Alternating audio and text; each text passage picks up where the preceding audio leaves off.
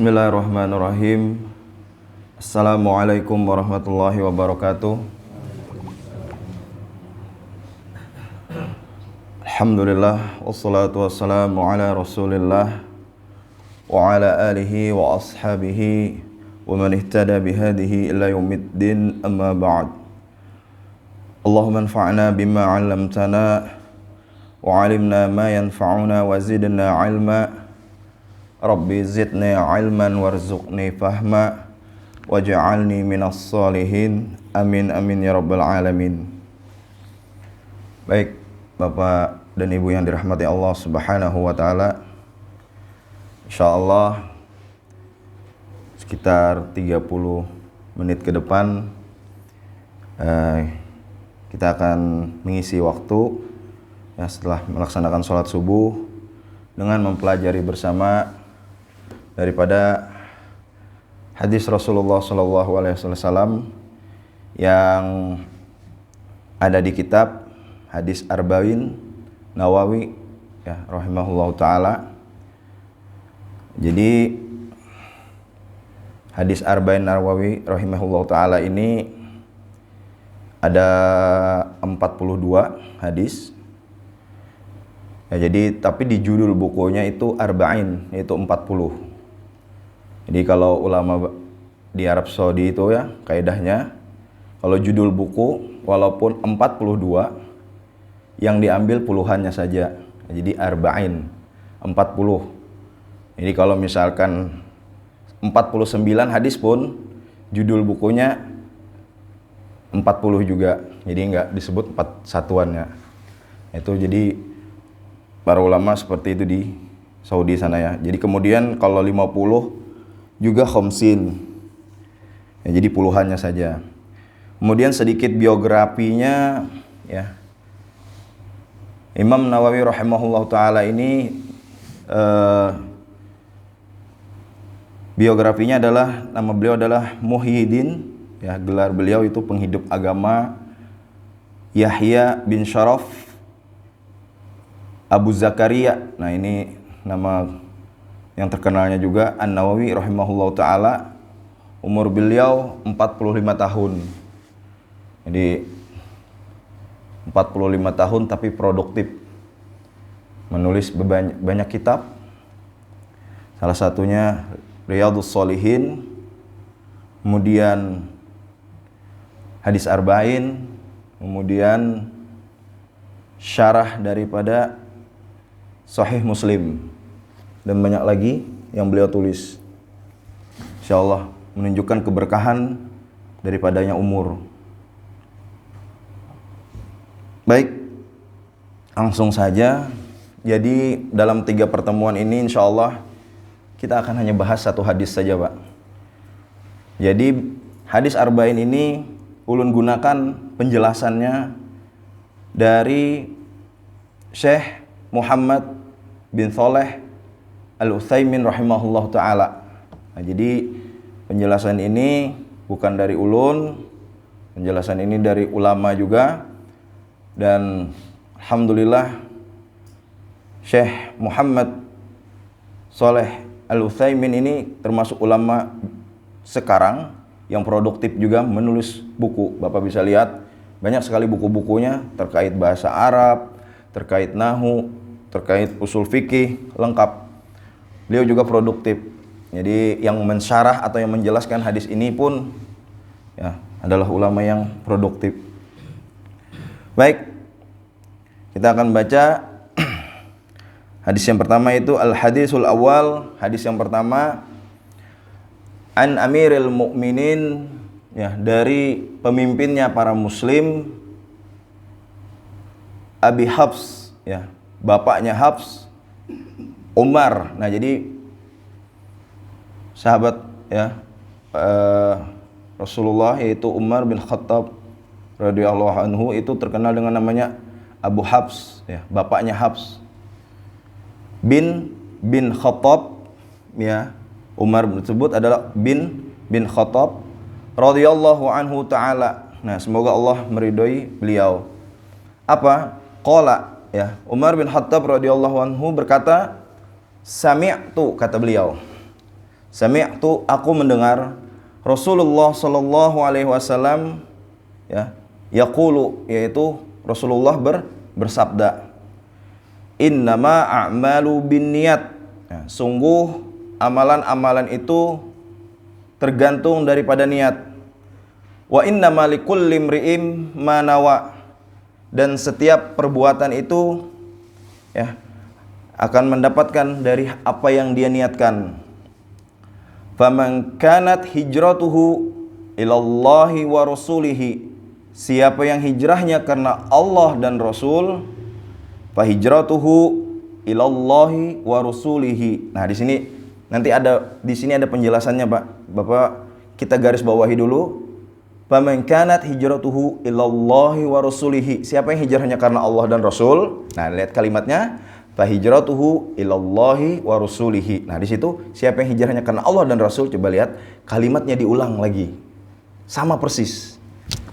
Nah, tetapi setelahnya faman kanat hijratuhu ya lidunya yusibuha, siapa yang hijrahnya karena dunia yang ingin dia dapat, atau imro'atin yankihuha, atau perempuan yang ingin dia nikahi. Nah, di sini bedanya, fa hijratuhu ma hajara ilaihi. Ada nggak diulang? Nggak ada kan? Seperti yang siapa yang hijrahnya karena Allah dan Rasul, diulang kalimatnya. Sedangkan orang yang hijrahnya karena dunia atau perempuan yang ingin dia tuju, ya, kalimat setelahnya tidak diulang. Nah, di sini akan kita bahas melalui penjelasan dari Syekh Muhammad Shalih bin Al-Utsaimin. Asy-syarhu. Nah, ini penjelasannya, Pak. An Amiril Mukminin. Kita kembali ke hadis yang di awal tadi. Kan hadis itu diawali an Amiril Mukminin, ya kan? Dari pemimpinnya para muslim. Beliau jelaskan nih satu-satu dulu, Pak. An Amiril Mukminin siapa? Wa huwa Abu Habs Umar bin Khattab radhiyallahu anhu. Sepakat kita di sini penjelasannya. Siapa itu Amirul Mukminin yang dimaksud di hadis ini? Yaitu adalah Umar bin Khattab. Umar bin Khattab. Alat ilaihi al-khilafatu bi ta'yini ya Abi Bakrin As-Siddiqi radhiyallahu anhu lahu. Ya, yang mana ya kekhalifahan beliau, yaitu Umar bin Khattab, kekhalifahan Umar bin Khattab bita'yin, ditetapkan oleh Abu Bakar As-Siddiq radhiyallahu anhu lahu. Nah, jadi siapa Amirul Mukminin? Ialah Abu Bakar. Ya, siapa Amirul Mukminin tadi? Umar bin Khattab. Ya, siapa Umar bin Khattab? Ya, Umar bin Khattab itu ditetapkan oleh Abu Bakar As-Siddiq. Jadi yang menetapkan beliau sebagai khalifah itu adalah khalifah sebelumnya, yaitu Abu Bakar. Fahuwa hasanatun min hasanatin Abi Bakrin. Dan kata Syekh Shalih bin Muhammad Shalih Al-Utsaimin, ini adalah salah satu kebaikan, salah satu dari banyaknya kebaikan Abu Bakar. Jadi salah satu banyaknya kebaikan Abu Bakar adalah menetapkan Umar bin Khattab radhiyallahu anhu sebagai khalifah selanjutnya. Nah, kemudian wa nasbuhu fil khilafati syar'iyyun, dan penetapan pengangkatan Umar bin Khattab radhiyallahu anhu itu sudah sah. Ya, sah, Pak. Yang menetapkannya adalah khalifah sebelumnya sama pemimpin sebelumnya. Pemimpin sebelumnya sah, otomatis yang pada saat dia menetapkan pemimpin setelahnya ya sah. Seperti itu kalimatnya. Li'annalladzi ayyanuhu Abu Bakrin, karena yang menetapkan Umar bin Khattab radhiyallahu anhu sebagai khalifah siapa? Abu Bakar. Jadi ya sah, pemimpin sama pemimpin yang menetapkannya. Ya. Kemudian wa Abu Bakrin ta'ayyana bimubayyi'ati as-sahabati lahu fis sakifati. Nah, dan Abu Bakar, ya, kita kembali, Abu Bakar tadi ditetapkan oleh para sahabat dengan dibaiat, Pak, dengan disumpah di mana? Di Sakifah, di suatu tempat, ya, yang tidak jauh dari Masjid Nabawi, sekitar 200 meteran, ya, di Bani Saidah, dekat Masjid Nabawi. Ya. Jadi Abu Bakar ditetapkan di situ dulu, Pak, dibaiat, disumpah. Setelah wafatnya Rasulullah, ya, ditetapkan di Sakifah. Fa khilafatu syar'iyyatun ka khilafati Abi Bakrin.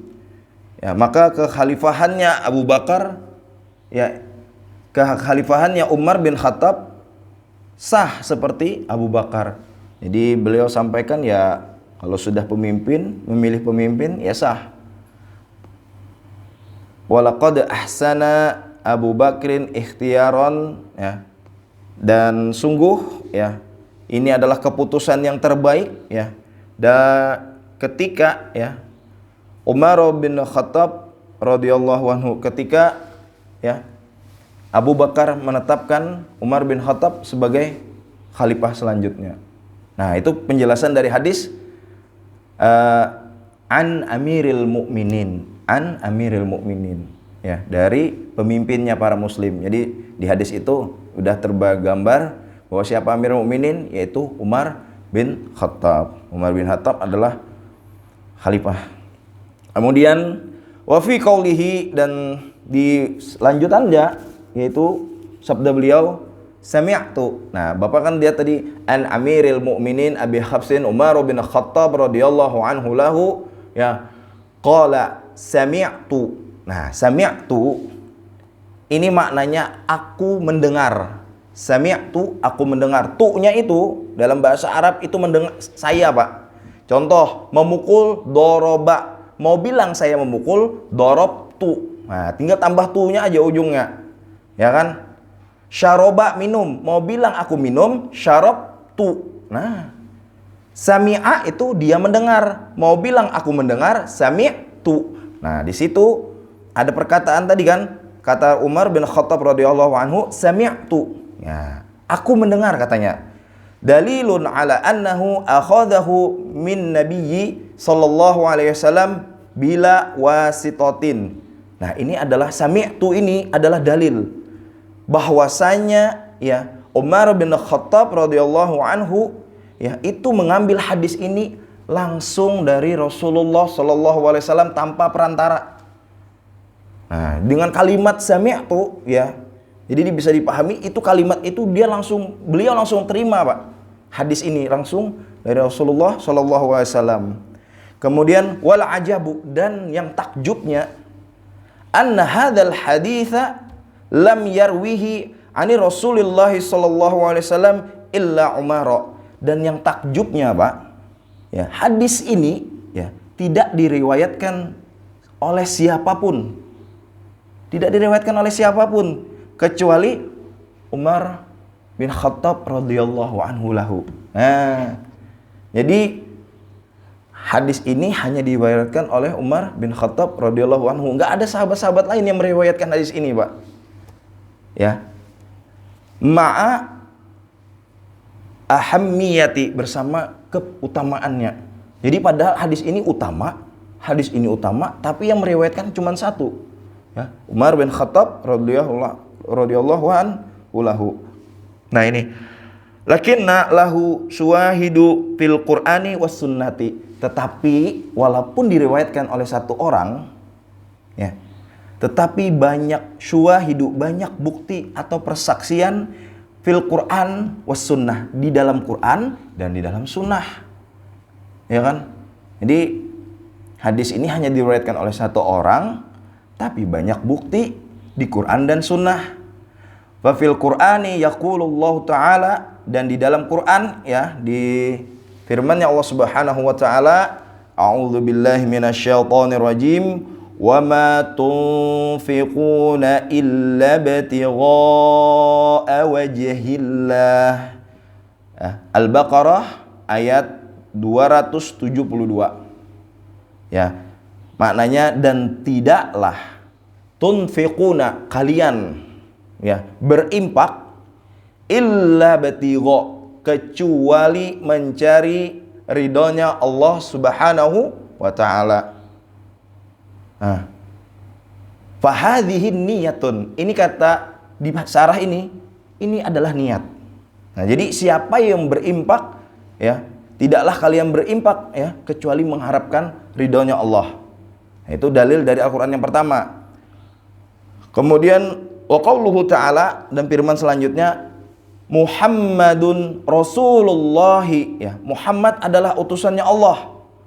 Walladzina ma'ahu, dan yang bersamanya, asyidda'u 'alal kuffari, yang bersamanya maksudnya sahabat, itu keras kepada orang-orang kafir, Pak. Ruhama'u bainahum, dan berkasih sayang kepada sesama muslim. Tarahum, kamu melihat, rukkaan, mereka ruku, sujjadan, dan sujud, ya betaguna, mencari fadlan, karunia, minallahi waridwana, mencari karunia dari Allah dan ridhanya Allah. Ini dalil kedua bahwasanya niat itu penting. Nah, di situ itu ada di surah Al-Fath ayat 29. Nanti Bapak bisa cek lagi. Kemudian wahadhihi niyatun. Nah, ini penjelasannya, ini adalah niat. Nah, kemudian waqala an-nabiy sallallahu alaihi wasallam li Sa'd bin Abi Waqqas. Nah, ini hadis dari Rasulullah sallallahu alaihi wasallam dari Sa'ad bin Waqqas, ya.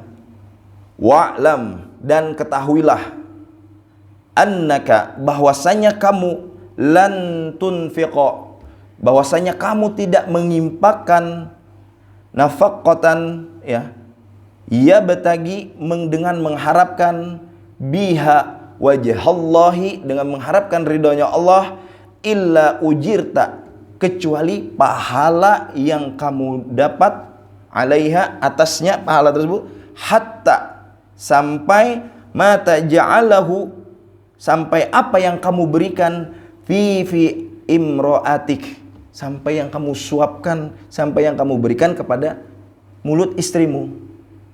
Nah, jadi dari hadis itu nah ini faqala tabtagi biha wajhallahi, dari hadis tersebut kata tabtagi biha wajhallahi, fahadhihi niyatun, dan ini adalah niat.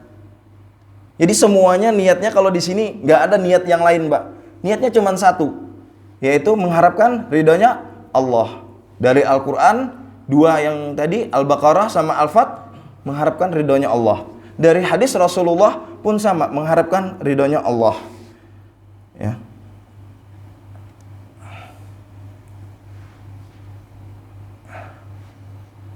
Kemudian, nah ini yang bagian penting. Afwan ya Pak, ini ulun ringkas-ringkas. Faqauluhu sallallahu alaihi wasallam, maka ya dari hadis Rasulullah sallallahu alaihi wasallam tadi pian dapatkan, innama a'malu binniyat, ya, sungguh amalan-amalan itu tergantung daripada niat. Ya, fihi man aujuhil balaghah, ya. Nah, ini dari sudut pandang balaghah ya, Pak. Jadi beliau sampaikan di sini dari sudut pandang balaghah. Balaghah itu ilmu tentang membahas keindahan bahasa. Nah, di sini ada keindahan bahasa yang nanti bisa kita ambil faedahnya. Apa? Dari segi balaghahnya, Pak, yaitu adalah al-hasr, pembatasan. Nah, apa pembatasan itu? Wa huwa itsbatul hukmi fi madhkuri wa nafyuhu amma siwahu. Pembatasan itu adalah menetapkan sebuah hukum yang kita sebutkan tadi, kemudian meniadakan selainnya. Ada bayangan? Menetapkan suatu hukum, kemudian menyediakan yang lainnya. Jadi kalau kita sudah bilang saya duduk, itu nggak ada lagi pekerjaan yang lain. Nah, itu namanya al-hasr, pembatasan. Nah, nanti wa nafyuhu amma siwahu ya. Wa tariqul hasr, bagaimana cara membuat pembatasan itu, Pak? Dengan ada kata innama. Innama tadi adalah huruf al-qasrin yang fungsinya adalah untuk membatasi sebuah kalimat. Ya, innama itu adalah huruf pembatas. Ya, tufidul al-hasr, yaitu mengandung makna pembatasan. Nah, ini Pak, fa idza qulta, maka jika kamu katakan, nah ini, jika kamu katakan Zaidun qaimun, itu maknanya apa? Zaid berdiri. Tapi tidak dibatasi. Boleh jadi Zaid berdiri sambil kegiatan yang lain. Misalkan sambil berdiri sambil tendang bola, atau sambil nih melambai-lambaikan tangan. Dia nggak dibatasi kalimatnya. Zaidun qaimun. Itu kalimat itu masih bisa melakukan pekerjaan lain. Tapi mau bilang Zaid berdiri saja, insya Allah mudah. Tinggal tambahkan innama. Innama Zaidun qaimun. Itu maknanya apa? Zaid cuman berdiri, nggak ada perbuatan yang lain. Dengan adanya innama itu sudah dibatasi, Pak. Ya. Nah, di sini kan tadi innama a'malu binniyat. Sungguh amalan-amalan itu tergantung pada niat. Nah, di sini maknanya adalah bahwa setiap ya amalan-amalan itu hanya dibatasi oleh niat. Kalau nggak ada niat, ya udah. Maka beda nanti hasilnya, Pak. Ya, seperti itu. Kemudian, nah di sini wa man kanat hijratuhu lid-dunya yusibuha au imra'atin yankihuha, dan siapa yang hijrahnya karena dunia yang ingin dia dapat atau perempuan yang ingin dia nikahi, fa hijratuhu ila ma hajara ilaihi. Nah, nanti kalimatnya minal balaghah, di sini ada yang namanya ikhfa'u niyatin. Di sini ada yang namanya menyembunyikan niat. Artinya apa? Niat orang yang karena dunia atau perempuan yang dia nikahi tadi di kalimatnya tidak disebutkan kan, Pak? Seperti orang yang niatnya karena Allah. Nah, di sini ulun ambil. Nah, jadi kenapa ya hijrah yang karena dunia atau perempuan yang ingin dinikahi tidak disebutkan? Nah, di sini secara kaidah balaghahnya di situ ada yang namanya kaidahnya adalah tahkir, menghinakan atau meremehkan orang yang niat karena dunia atau perempuan. Tetapi tidak disebutkan secara langsung. Nah, itu keindahan gaya bahasa daripada hadis ini, santun, Pak. Tidak mengatakan orang salah tanpa tersinggung. Ya, jadi misalnya pian, siapa yang hijrahnya karena Allah dan Rasul, maka hijrahnya Allah dan Rasul. Itu menunjukkan apa? Bahwa kalimat yang diulang itu menunjukkan keutamaan orang yang berhijrah karena Allah dan Rasul. Sedangkan siapa yang hijrahnya karena dunia atau perempuan yang ingin dia nikahi tadi tidak disebutkan, mahajara ilaihi, tidak disebutkan. Itu bermakna ya tahkir, menghinakan sebuah orang yang berniat bukan karena Allah, tapi enggak secara langsung.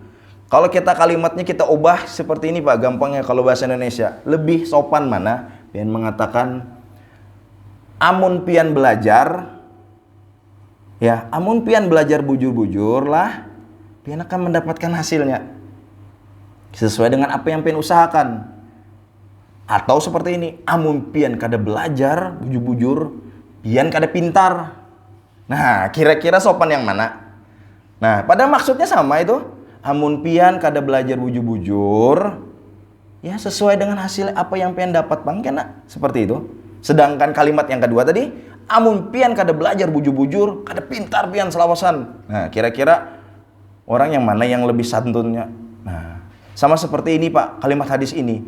Walaupun orang yang berhijrah karena dunia atau perempuan yang ingin dia nikahi, ya, tetapi tidak disebutkan. Seharusnya di situ kalimatnya adalah ini. Seharusnya seperti ini, Pak. Wa man kanat hijratuhu lidunya yusibuha au imra'atin yankihuha fa hijratuhu ila lidunya yusibuha au imra'atin yankihuha. Seharusnya diulang lagi. Tetapi kenapa tidak diulang? Karena itu Pak, itu dalam segi balaghah, dalam segi keindahan bahasa Arab, yang ilmu yang mempelajari keindahan bahasa Arab, itu ada namanya at-tahkir. Jadi walaupun kita bujur, cara penyampaian kita pun di sini mengajarkan harus sopan. Jangan kita mengatakan itu mau olah orang bukah. Ya sama seperti tadi, kita memadahkan belajar bujur-bujur. Bila kada, hasilnya sesuai apa yang pengen gawi juga. Amun itu tak manis sedikit, sebulik ke rumah orang terpikir, oh ilah yang dimaksud sidin itu bila aku kada belajar bujur-bujur, karena aku kada dapat hasil yang bagus. Tapi amunnya sudah dikatakan bila ikam kada belajar bujur-bujur, ikam kada pintar. Ikam apalagi bahasa Banjarnya, misalnya, wah itu langsung buka orang. Langsung buka, kada mau lagi melihat pian yang mana sehat ini. Nah ini keindahan bahasanya Pak. Dari segi balagonya seperti itu. Ya. Nah di sini, nah sedangkan yang disebutkan tadi Pak, faman kanat hijratuhu ilallahi wa rasulihi, ya, fa hijratuhu ilallahi wa rasulihi. Nah pengen cek aja tuh hadisnya, diulang. Siapa yang hijrahnya karena Allah dan Rasul, fa hijratuhu ilallahi wa rasulihi, maka hijrahnya karena Allah dan Rasul. Diulang kan Pak kalimatnya. Nah di situ secara kaidah balaghahnya adalah fadzikruhu, maka disebutkan itu adalah tanwihan, untuk menunjukkan bifadlihi, untuk menunjukkan keutamaan. Jadi orang yang hijrah karena Allah dan Rasul, kenapa diulang kalimatnya? Itu untuk menunjukkan bifadli, keutamaan orang yang berhijrah tersebut Pak. Sedangkan orang yang hijrahnya karena dunia dan perempuan yang ingin dia nikahi, itu enggak utama, tapi bahasanya halus. Jadi pada saat orang dipadahkan dengan hadis ini, baru sampai di rumah beliau hanya terpikir, oh yang dipadahkan Rasulullah itu maksudnya utama berhijrah karena Allah dan Rasul. Sopan Pak, sopan walaupun tahu orang yang hijrah karena Allah dan perempuan. Dan nanti kalau disambat secara ini tidak utama, kada utama orang yang hijrahnya karena perempuan dan atau harta, ditakutkan orang kada hakun begawian lagi, atau kada hakun misalnya Nah seperti itu ya Pak. Nah itu adalah dari segi keindahan bahasanya. Jadi apa tadi kesimpulan, inti kesimpulannya adalah innama a'malu binniat, sungguh amalan-amalan itu hanya dibatasi oleh niat. Dia harus ada niatnya. Nanti ada penjelasannya Pak, niat itu di mana. Kemudian dari segi bahasa menunjukkan bahwa orang yang berhijrah karena Allah dan Rasul itu lebih utama. Sedangkan orang yang hijrahnya karena perempuan atau dunia yang ingin dia dapat, ya itu rendah orang yang berniat seperti itu ya. Hanya untuk misalkan niatnya. Dan intinya daripada niat ini, kalau ulun bisa gambarkan, intinya Allah tidak ingin kita kecewa dengan hasilnya Pak. Karena kalau kita hijrahnya untuk perempuan yang ingin dia nikahi, misalkan seperti ini contohnya analoginya Pak, kira-kira kita misalnya dulu hendak lawan bebinian, kira-kira yakinlah perempuan itu hendak lawan kita. Misalnya kita hijrah karena perempuan itu. Kadalo belum tentu kan, bisa jadi kita tidak diterima oleh keluarganya. Tapi kalau sudah karena Allah, pahala kita dapat, boleh jadi pada saat kita hijrah karena perempuan itu didapat. Tetapi kalau sudah niatnya untuk perempuan saja, ya kan? Terus kita, yang pertama kalau hijrahnya untuk perempuan tidak dapat pahala, nggak ada pahalanya. Terus boleh jadi kita tidak mendapatkan perempuan yang ingin kita nikahi. Intinya sebenarnya niat ini berkaitan, sebenarnya tidak ada kekecewaan bagi kita. Jadi pada saat kita niat karena Allah dan Rasul, itu sudah satu poin yang kita dapat, yaitu pahala. Sedangkan yang lain menyusul. Sama seperti puasa. Puasa tidak ada niat yang lain, tidak ada niat untuk sehat, tidak ada niat untuk yang lain. Niatnya untuk Allah, bonusnya nanti sehat. Seperti itu. Nah itulah segi dari keindahan bahasa daripada hadis ini. Insya Allah nanti pada pertemuan yang selanjutnya, insya Allah yang kedua, ulun akan lanjutkan dengan apa itu amal, ya kan di situ kata amal. Di sini akan dibahas per kata Pak. Dan sudah kita bahas tadi an Amirul Mukminin, dari pemimpinnya para muslim Umar bin Khattab. Kemudian sami'tu itu apa? Artinya aku mendengar, menunjukkan bahwa beliau langsung dapat dari Rasulullah. Kemudian dari segi kalimat tadi apa? Adanya innama a'malu binniyat, adanya pembatasan bahwa segala perbuatan itu dibatasi oleh niat. Gak ada niat yang lain, dan niatnya itu apa tadi? Karena Allah dan Rasul itu bifadli, keutamaan, lebih menunjukkan utamaan. Sedangkan niat yang lain ya itu al-khasr ya, adanya sebuah penghinaan atau peremehan terhadap orang yang berniat itu, tapi tidak disebutkan secara langsung, menunjukkan santunnya ya dari hadis Rasulullah SAW ini tidak melukai hati seseorang, walaupun tidak utama tapi tidak gaspol. Nah, seperti itu. Mungkin itu dulu yang bisa kita pelajari bersama pada pagi hari ini. Mudah-mudahan jadi ilmu yang bermanfaat. Ulun akhiri, subhanakallahumma wa bihamdika asyhadu an la ilaha illa anta astaghfiruka wa atubu ilaik. Assalamualaikum warahmatullahi wabarakatuh.